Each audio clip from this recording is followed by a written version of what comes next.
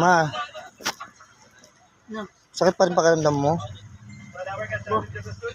Ito na, gamot. Baka ito yung gamot.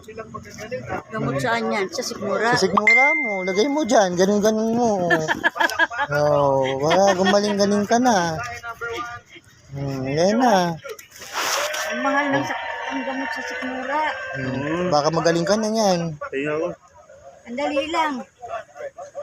Lagyan ko muna yung tiyang ko. Masakit ang tiyang ko eh. Tingnan mo kung gagaling ka na. Uy, mabisa.